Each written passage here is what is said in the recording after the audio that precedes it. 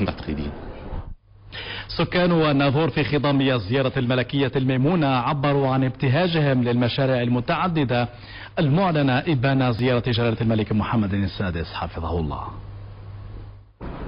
حنايا فرحنا بزاف هذه الزياره الملكيه، وزادوا هنايا بزاف د الحوايج المهرجانات والمعارض، والحمد لله زيان الناظور ما بقاش كيفاش كان في الاول، ومتزاد فيه الطرقان، صوبوا لنا البنيه التحتيه بزاف. يعني كاين تغيير اي واحد كيشوف هذا التغيير. يعني بمناسبه يعني قدوم جلاله الملك كل سنه يعني شفنا مجموعه من التغيير.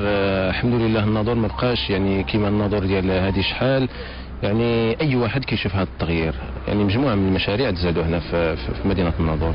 الزياره جا سيدنا عندنا الناظور، واحد الزياره زعما زوينه الصراحه، وفرحانين ليه وكاملين الناس الناظور، وفرحانين لهذه الزياره اللي دار عندنا سيدنا، وفرحنا بهذا العرس اللي درناه وبهذه المهرجانات وكل شيء اي حاجه. نحن جد مسرورين بالزياره الملكيه الميمونه لمدينه الناظور، ونتمنى من الله العلي القدير ان يزورنا كل عام. الله ينصر سيدنا.